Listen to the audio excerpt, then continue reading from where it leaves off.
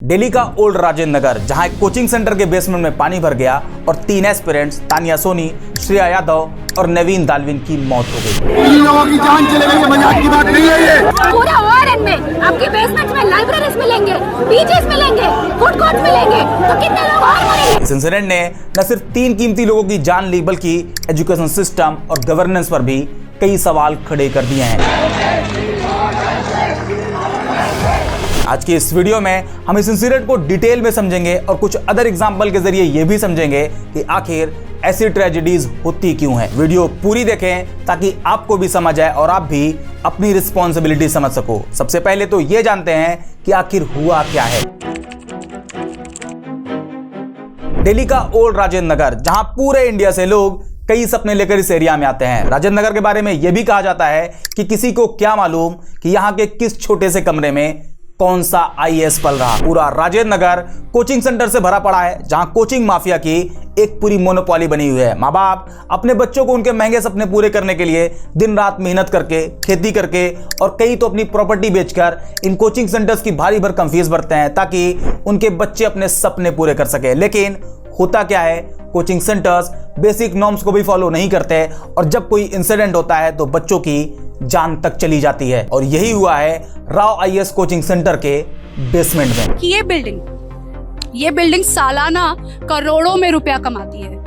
शायद आधे से ज्यादा बच्चों को तो इस बिल्डिंग में आने की जरूरत भी नहीं पड़ती, वो अपने घर में बैठे बैठे इनको पैसों का योगदान दे देते हैं। ऑनलाइन ऑफलाइन दोनों भारी मात्रा में इन लोगों के पास पैसा आता है और उसके बावजूद इन लोगों की तरफ से ये जो हरकत हुई है ये बहुत ही निंदाजनक है। दिल्ली के राजेंद्र नगर में बारिश होती है, जिससे बारिश का पानी सड़कों पर भर जाता है। राजेंद्र नगर की सड़कें लेक में बदल जाती हैं। राव आईएएस कोचिंग सेंटर अपने बिल्डिंग के बेसमेंट को लाइब्रेरी बनाकर यूज कर रहा होता है। सड़कों पर पानी भरे होने की वजह से पानी बेसमेंट तक पहुंचता है, जिससे 3 लोगों की जान चली जाती है। अब ये पानी बेसमेंट तक कैसे आया, इसे लेकर 2 थ्योरीज बताई जा रही। पहली थ्योरी कहती है कि बाहर बहुत ज्यादा पानी भरा हुआ था और पानी का प्रेशर ज्यादा होने की वजह से स्टील शेड टूट गई और पानी बेसमेंट में आ गया। दूसरी थ्योरी कहती है कि एक कार वहां से निकलती है, जिस वजह से गेट खुलता है और पानी बेसमेंट में आ जाता है और इस तरह की बड़ी घटना हो जाती है। अब जबकि एक बड़ी घटना हो चुकी है तो थ्योरी सेट की जा रही। हालांकि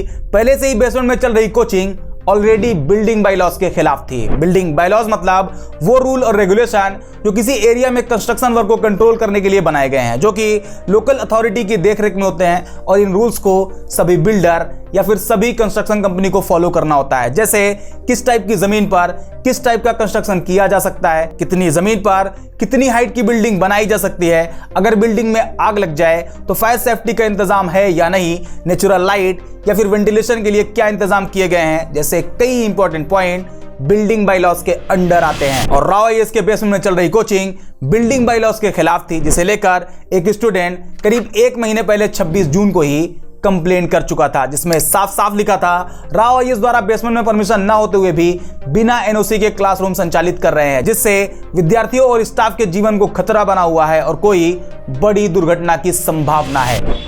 इसका ये मोटो था कि यहाँ पे जो पढ़ने वाले विद्यार्थी हैं उनके जीवन के साथ कोई खिलवाड़ ना हो सके। और दूसरा मैंने राव आईएएस की बेसमेंट की कंप्लेंट की थी, क्योंकि बेसमेंट में सामान्यतः कक्षाएं संचालित करना, बच्चों को बिठाना, भीड़ इकट्ठी करना, मतलब एनओसी नहीं रहती है। 1 महीने पहले ही इसे लेकर वार्न किया गया था, लेकिन कोई एक्शन नहीं लिया गया और एक बड़ी घटना हो गई। और अब एक्शन के नाम पर कहा जा रहा कि हमने 8 कोचिंग सेंटर्स को आइडेंटिफाई किया है, जिसमें से 3 को सील कर दिया गया है। हालांकि ये कोई पहला इंसिडेंट नहीं है जहां रूल्स ना फॉलो करने की वजह से ऐसे इंसिडेंट हुए हैं, बल्कि इससे पहले 15 जून 2023 को मुखर्जी नगर में ज्ञान बिल्डिंग के कोचिंग सेंटर में आग लग गई थी। स्टूडेंट जान बचाने के लिए ऊपर से कूदने लगे थे, जहां स्टूडेंट को रेस्क्यू करने के लिए फायर डिपार्टमेंट ने तुरंत एक्शन लिया था, जिसके बाद कोर्ट के ऑर्डर पर फायर स्टैंडर्ड को लेकर एक सर्वे भी किया गया था। लेकिन आज भी कई कोचिंग सेंटर बगैर फायर एनओसी के ऑपरेट कर रहे हैं। ये गवर्नमेंट का फेलियर है, जहां रूल और रेगुलेशन को सही से इंप्लीमेंट नहीं किया जा रहा। राव आईएएस के बेसमेंट वाली घटना पर भी सिमिलर कहानी चल रही है। अब दिल्ली मेयर शैली ओबेरॉय की तरफ से जो कोचिंग सेंटर बेसमेंट में चल रहे हैं उसके खिलाफ ये कहते हुए एक्शन लेने के ऑर्डर दिए गए हैं कि ये बिल्डिंग बाई लॉज के खिलाफ है। इससे पहले जब इसे लेकर 1 महीने पहले ही कंप्लेंट करी गई थी तब ये कहां थी। हालांकि ये इंसिडेंट सिर्फ एक इंसिडेंट नहीं है, बल्कि कोचिंग माफिया को लेकर एक बड़ी प्रॉब्लम है, जहां सेफ्टी स्टैंडर्ड को इग्नोर किया जा रहा। अब ये कोचिंग माफिया क्या है, आइए ये भी आपको बताते हैं, और ये जानना आपके लिए बेहद जरूरी है। कोचिंग माफिया ये वर्ड कई बार आपने सुना होगा, लेकिन क्या सच में हम इसे समझते हैं? आखिर ये काम कैसे करते हैं और इसका हमारी सोसाइटी पर क्या असर होता है, और क्या गवर्नमेंट इस इशू को सीरियसली लेती भी है या नहीं?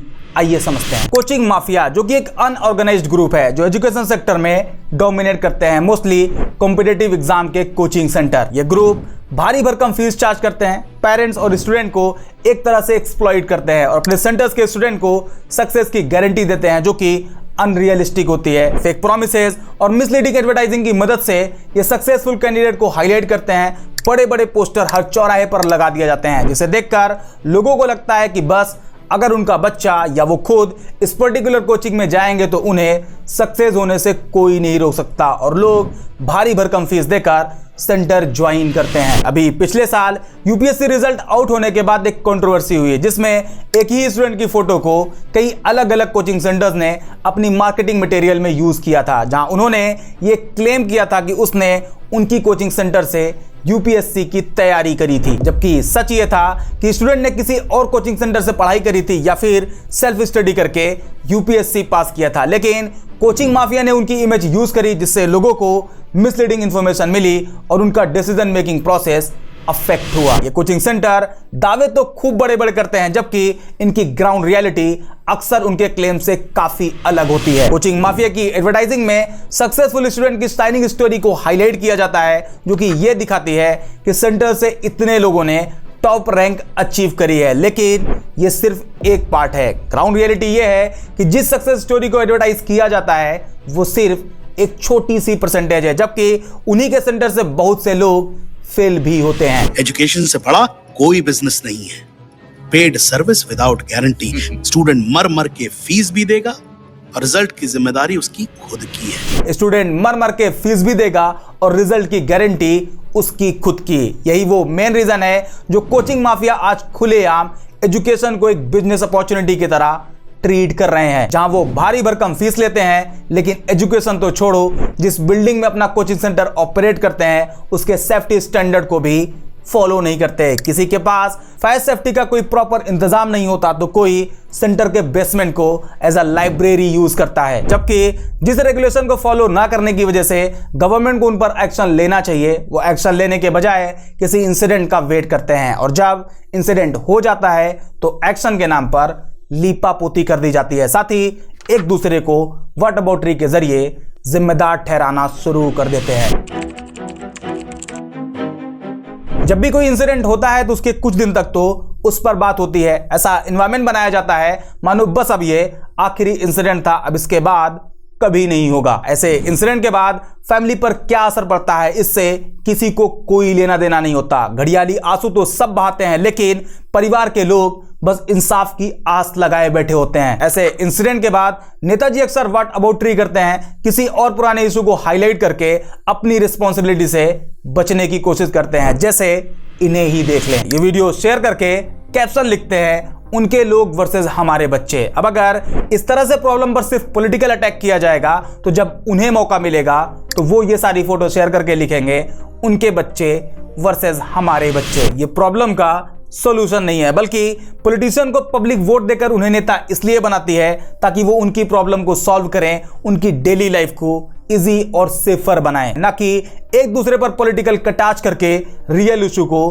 पीछे फेंक दें। राजेंद्र नगर कोचिंग इंसिडेंट के केस में जो कोर प्रॉब्लम है वो है जल भराव, बारिश का पानी। अमूमन क्या होता है, जब बारिश का मौसम आता है तो लोग रोमांटिक फील करते हैं, जबकि दिल्ली वालों के केस में बारिश का मौसम मुसीबत लेकर आता है। रोड तालाब बन जाते हैं, ड्रेनेज सिस्टम फेल हो जाता है, और हर साल इसे लेकर अलग अलग रीजन बताए जाते हैं, जैसे पुरानी गवर्नमेंट की पॉलिसी और ड्रेनेज सिस्टम की वजह से पानी भर रहा, हमारे पास इतना टाइम नहीं था कि सिस्टम को अब तक ठीक कर सके, यमुना का वाटर लेवल ज्यादा बढ़ गया और इसकी वजह से ड्रेनेज सिस्टम अफेक्ट हो रहा। सेंट्रल गवर्नमेंट और एमसीडी के बीच कोऑर्डिनेशन लैक है, जिस प्रॉब्लम का मेन रीजन है। दिल्ली का ड्रेनेज सिस्टम ब्रिटिश एरा का बना हुआ है और अब आउटडेटेड हो चुका है, इसको अपग्रेड करने की जरूरत है। इसी तरह हर साल पानी भरने के बाद गवर्नमेंट अलग अलग रीजन देती है। लिस्ट में expected heavy rainfall, outdated infrastructure, coordination issues with MCD and even climate change जैसी चीजें शामिल होती है। मतलब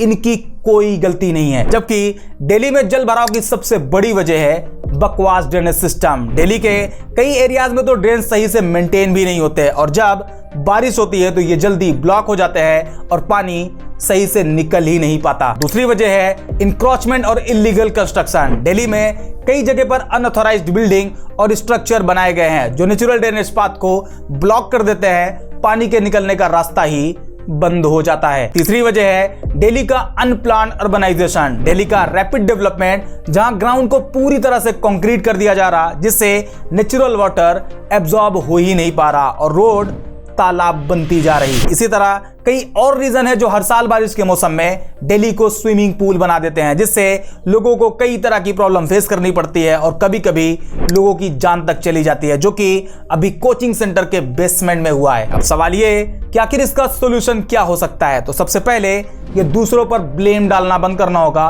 प्रॉब्लम को सीरियसली लेना होगा। ड्रेन्स को रेगुलरली मेंटेन और उसकी साफ सफाई रखनी होगी ताकि वो ब्लॉक ना हो सके।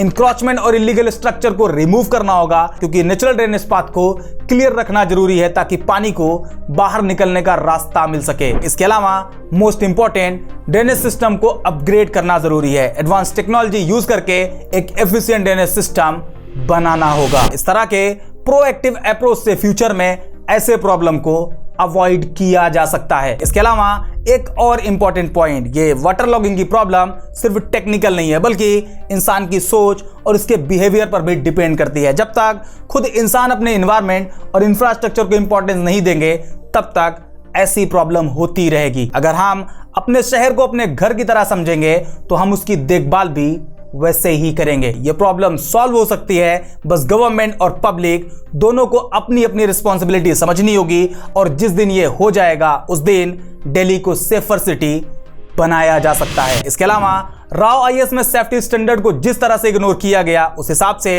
ये इंसिडेंट सिर्फ एक टेक्निकल फेलियर नहीं है बल्कि ये एक सिस्टम फेलियर भी है। और जब हम ऐसे इंसिडेंट देखते हैं तो हमें ये सोचने पर मजबूर करता है कि हमारी प्रायोरिटीज क्या है। क्या प्रॉफिट इंसान की जिंदगी से ज्यादा इंपॉर्टेंट है? यह ट्रेजेडी हमें रिमाइंड करती है कि सिटीजन की सेफ्टी इंश्योर करने में गवर्नेंस का कितना बड़ा रोल है। लेकिन इसके साथ ही हमें भी अपनी जिम्मेदारी समझनी होगी। अगर आप किसी ऐसी प्रॉब्लम को देखते हो या किसी अनसेफ प्रैक्टिस को देखते हो तो उसके खिलाफ आवाज उठाओ। हमारी अवेयरनेस और एक्शन ही एक बदलाव ला सकता है। अगर ये वीडियो आपको अच्छी लगी हो तो प्लीज लाइक, शेयर और सब्सक्राइब करें और कमेंट में अपने विचार शेयर करें। आज के वीडियो में इतना ही, मिलते हैं नेक्स्ट वीडियो में एक और इंटरेस्टिंग टॉपिक के साथ।